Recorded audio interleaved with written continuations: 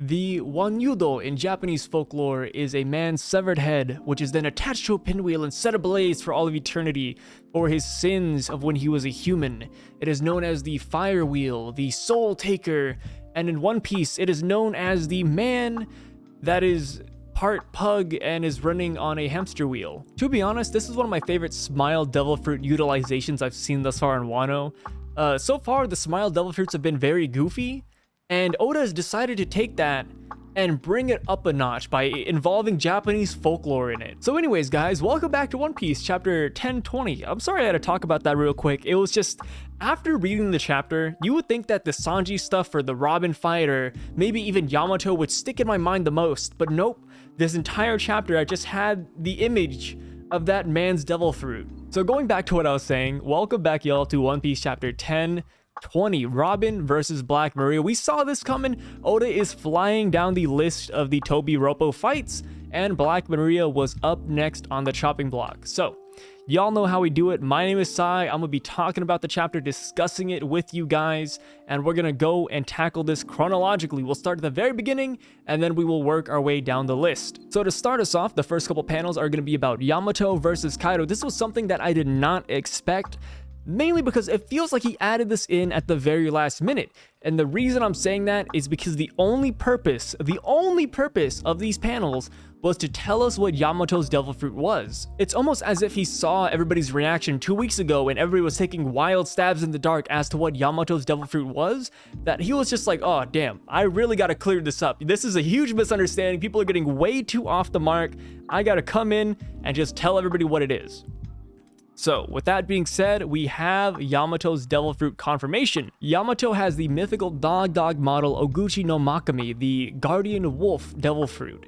And while that's very ambiguous, and while I tried to do some research, I couldn't find too much about it. Pretty much everything I could Google up and find out about Oguchi no Makami is pretty much things we already know. It's a guardian wolf, it has fire breath, and it looks pretty damn awesome. So until Oda decides to drop us more facts or even some backstory as to why Kaido wanted this devil fruit in particular, we don't really know too much. Which also makes me curious as to why Kaido wanted this devil fruit in particular, and how this devil fruit particularly ties in with Wano itself. Because since it's Wano's deity protector, was there somebody in Wano's past that also had this devil fruit that gave it that title? And who was Kaido planning on giving this devil fruit to? It didn't sound like this devil fruit was meant for Yamato. So I could see this being meant for the next shogun, somebody who were to succeed Orochi, but it does seem like he has his eyes set on Yamato being the next shogun, because he does say, hey, I want you to rule Wano by my side now. And I wonder if it's the devil fruit that made him make this decision, or just the fact that he killed Orochi like 20 chapters ago. So after Kaido makes that statement, Yamato kind of retorts and says, hey, I'm definitely not going to be the next shogun. I'm going to fight you. I'm going to open Wano's borders. I am Odin. And Kaido's kind of rejecting that idea. And then that is when Yamato shoots out this fireball. And that's pretty impressive, right? That's pretty impressive. Kaido shoots a Bodo breath. Normally, this would just destroy any fireball in its path. Instead, we get a really cool panel where the fireballs almost they look actually equal. Yamato's fireball attack was almost as powerful as Kaido's Bolo breath, or just as powerful. Last chapter, I was already impressed that Yamato was able to clash Kanabos with Kaido, and it looked pretty equal. Like, they both got flung back. I was like, oh wow, how is this happening? Kaido's in his hybrid form, Yamato not even in devil fruit transformation as of that point.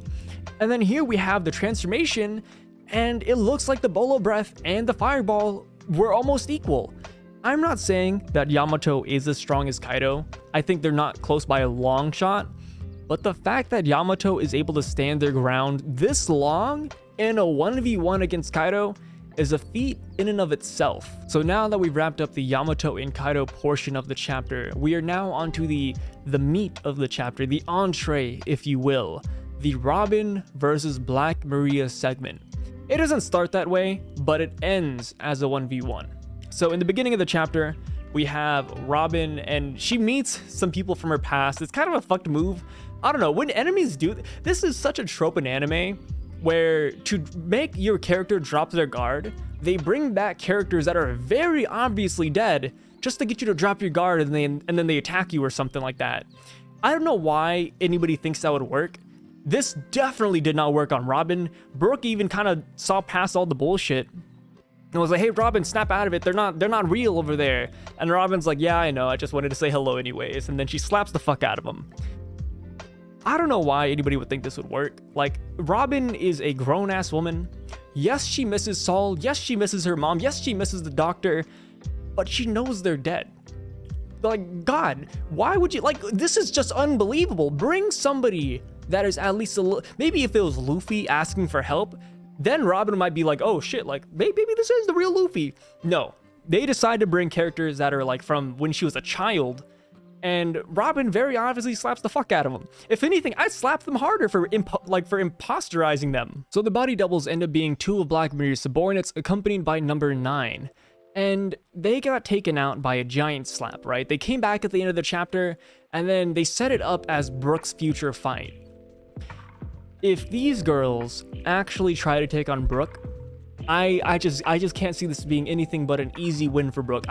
He took out the Wanyudo by leaving his body, freezing him, and then coming back and then freezing the floor. This man he would absolutely no diff these girls.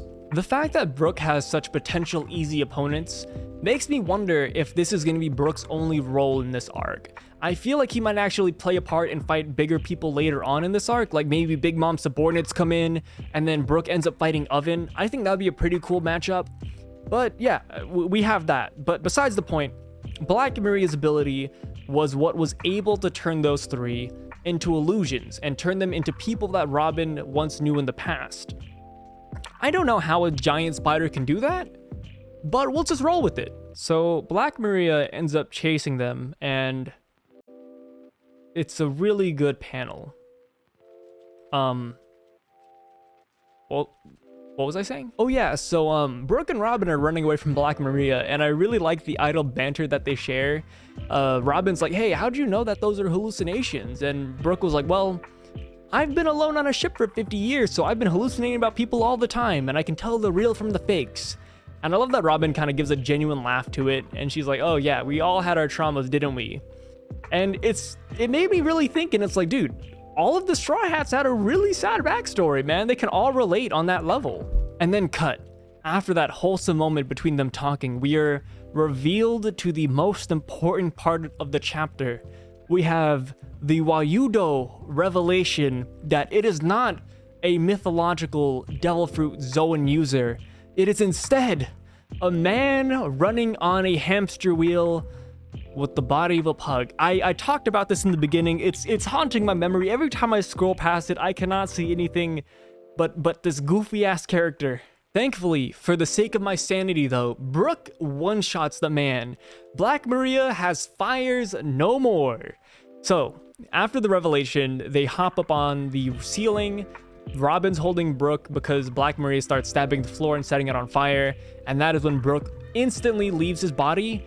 And he doesn't really attack. He kind of goes through the Wanyudo. And it just instantly freezes him. I think that's really freaking OP. I wonder if we will ever get a clear explanation on how Brook's powers work. But he's also, dude, the soul form beforehand wasn't able to do this. Correct me if I'm wrong. It was usually just used as a scouting ability. He used it to just walk around and scout out the area, see where hidden treasure is. And now he's using it to freeze sons of bitches. Like, that's insane. And not to mention how fast it travels now. He froze the Wanyudo and then instantly came back to his body as he was falling, and due to his quick agility, sets the floor on ice, or he freezes the floor so that Robin can land safely. Like, that is intense speed. That is speed that Brook hasn't really shown since he was running on water. With that being said though, I wonder if Brook will ever be able to control his body and soul separately. That'd be really cool if his soul left his body and his body, it was like a 2v1, you know what I mean? But anyways, now we're on to what I would say is one of the most controversial parts of the chapter. Oda is definitely baiting everybody, and it's working. I was reading the comments and people were saying it's a whole Zoro and Sanji debate again. I didn't know what was going on, and even when I did, in my head, it just doesn't make sense as to why people would argue between Zoro versus Sanji. They're both members of the Straw Hats. And I don't want to say that Zoro is definitely the second-hand man, but he's definitely the second-hand man. Whether or not they're strong or not doesn't matter. Like, their rankings have already been established. I'm not a huge Zoro fanboy. I love Sanji way more, but I always know that Zoro is going to be above Sanji. But that's besides the point. Oda decided to poke the sleeping bear, and he had Black Maria throw a little bit of a diss. He's like, that was your right-hand man? That was the second person on your crew? Like, he's a coward. He was begging for help. Like, that's a disgrace. We're all making fun of him. And then Robin calls him the Wings of the Pirate King, which I think is a really cool fucking title. I don't know how she came up with that. I'm sure it's more metaphorical than anything. I really doubt that Sanji's just gonna fly Luffy everywhere. What I imagine what Robin means by this is that if there's ever a hurdle in front of Luffy, Sanji will fly him over it. Sanji will help and do anything he can to get Luffy over any hurdles he has. But yeah, back onto the number 2 comment real quick. I think it's really goofy that people are actually debating the meaning behind this. Like, oh, here it is. Oda's confirming that Sanji is better than Zoro and he's always gonna have a higher bounty. One, you can't really believe that.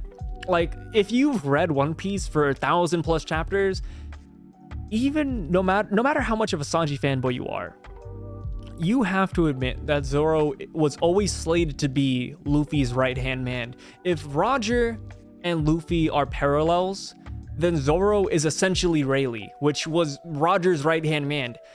Every villain we have met so far in the One Piece universe, the right-hand man has pretty much always been a swordsman. It's like a given. This is Oda's way of just poking the bear. He's essentially making fun of the Sanji fanbase at this point, because all of you guys get riled up for no freaking reason. The only reason Black Maria says this is because of his bounty. Sanji has a bounty of 10 million more than Zoro. And the thing is I don't know why Black Maria even said, oh, that's your number 2. Like, dude, it's 10 million. That's like a baby difference. That's like barely an inch. Like, come on now. If anything, you should say that's one of your top commanders. Like, come on, that'd be way cooler. If Black Maria just called Sanji like your upper echelon, your top commander, the person that's like at the top of the crew, then that would be completely different. That would be a mad freaking flex compared to, oh, it's your number 2 and then starting this whole debacle. If anything, this might just be Black Maria's fault, man. I don't know. But also, it's everybody's fault in the comments for getting so riled up about it and saying, reigniting the Sanji versus Zoro fight. And speaking of fights, this ain't even Sanji. Sanji ain't even in this chapter. Zoro ain't even in this chapter. This chapter is about Robin and Black Maria, and this is where the hype lies. Because if you saw the title of this video, you might be like, oh, that's kind of clickbaity. Sai, what are you doing? That is 100% clickbait. It says Robin's first matchup. This isn't Robin's first matchup. Hell yeah, it is. Robin, throughout the entire series so far, has not had a solid 1v1 until now. Oda confirms it by titling the chapter Robin versus Black Maria. Robin herself confirms it when she looks at Brook and says, hey, leave her to me. You can get the rest of them. This is a huge moment for Robin because she has been with us all the way since Alabasta, and she has not had a proper fight all the way until now. You might look back and pick out minor things where she used her hands to just subdue people or crack some necks. Robin has always been there and she's always been fighting, but she's never been the main person in the fight itself. She's always played the supporting role. She's the person that takes care of fodder. You have 100 soldiers, boom, 100 neck snaps. You know what I mean? That's pretty much Robin's role throughout the entire series. She's more of a reconnaissance girl. And this time, she's actually stepping into the spotlight and she's getting a fight, a honest-to-God fight against somebody that is powerful, thank fucking Christ. We have Black Maria, who is part of the Toby Roppo.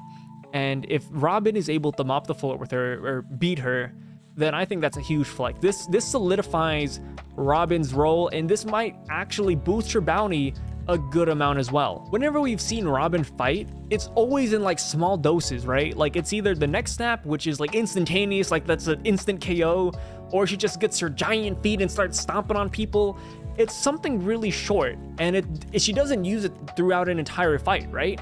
So I wonder how she's gonna use her devil fruit to sustain a long fight like Black Maria, because Jinbei and Frankie, they had to use different abilities, different moves to beat their opponents. I wonder what else Robin can pull off. And, you know, granted, we saw this giant Robin clone with like 10 freaking hands flopping out like tentacles, and I'm really excited to see how she utilizes that in the next chapter. And then we have Brook, who is fighting the Three Stooges. Like I said before, I don't think those are going to be his final opponents for the arc. I really hope not. If Robin is getting a good fight, if Frankie got an amazing fight last chapter, Brook also needs a good fight. I don't know who he's going to fight, but I'm really a huge fan of my oven idea. I think the cold versus fire just makes a lot of sense in my head. And with Sanji fighting Queen and with Zoro probably most likely going to fight King, I can't see anyone better for Brook to fight because there's no one left on Kaido's army to fight. And now, on to the final part of the chapter. We have the Luffy, Momonosuke, and Karibu section, and it doesn't really go anywhere. Luffy is awoken. He's still super hungry. He can't really move. Momonosuke is crying over Kinemon and Okiku, and then you have Karibu, who's just kind of listening in on the side. Luffy asks Momonosuke to fly up and bring him back to the top of the Skull Dome so he can fight Kaido again. Momonosuke is shocked by that because he's like, oh shit, I'm afraid of heights. One, he doesn't like using his devil fruit, and two, he's also afraid of heights. And Momonosuke needs some sort of character development throughout this arc. He needs some growth to where he can actually be there to take care of Wano once Luffy and crew leaves. And if he doesn't do something like this, if he cannot conquer his fears, he cannot be the next ruler of Wano. I mean, granted, he'll probably get it down the line somewhere, right? Like, I'm not expecting him to be like a certified ruler by the end of this arc, but he has to at least do something major. He has to conquer his own fears, and what better way for a kid to conquer his fears than to get over his fear of heights and to get used to his devil fruit. And with that being said, Luffy does need to get back up to Onigashima. This kind of negs the theory that I've been promoting for the past couple chapters, where Onigashima is going to land on Wano Kuni, and that's where Luffy will fight Kaido. So now that Luffy's actually proposing the idea of going up to the island, he might actually go back up there, and the problem of the island falling might become more imperative. So, Luffy is still hungry, Caribou's hearing it, Caribou wants Luffy to win. 99% chance that Caribou is going to have a huge storage of food thanks to his Swamp Devil Fruit. I could see Caribou stealing a lot of food from the festival that's going on right now and bringing it to Luffy, or I could even see Caribou actually kidnapping Luffy and taking him to the festival to eat the food, mainly because he wants Luffy to win and he knows Luffy is still very injured. The man can't even stand up. He's actually lying on the floor pointing up at the sky saying, hey, we need to go up there. I need to fight Kaido one more time. Luffy in his current state, he is not recovered, so I wonder if he's actually going to go up to Onigashima right now, or if he's going to take more time to recover and fight Kaido later on. Well, with that being said though, there's no break next week, thank God, no more breaks. What do you guys think about this chapter? Do you like it? Do you hate it? Let me know in the comments down below. Not too much to talk about this time around, just a lot of fight setups. I'm really happy for Robin finally getting a honest to God 1v1. The fight against, people have been saying that the fight against Spandam was a 1v1. Spandam, this guy, that's not a 1v1. Literally, Usopp could probably beat him down with his fist, not gonna lie. So yeah, hella hype for Robin. Brook, kind of hype for him as well. I hope they put up a good fight at least. Luffy, I wonder if he's going to go back to Onigashima or if he's going to take more time to recover. Momonosuke, will he conquer his fears? Yamato versus Kaido, just nutty power scaling. Yamato is just too freaking strong with no backstory. Let's be real here. If you're going to be that strong, you need to have a flashback. It's anime, it's Shonen 101. Yamato flashback has to be here before Yamato is beaten. And people are actually bringing up that the Guardian Deity title that Yamato now has with their Devil Fruit might conflict with them joining Luffy's crew. I don't see that being a problem at all. Sorry if that was a weird cut. While I was talking, a bug flew into my mouth and I swallowed it and started choking. So yeah. So anyways, I don't see Yamato's Devil Fruit and the title of being the Guardian Deity of Wano being a problem at all.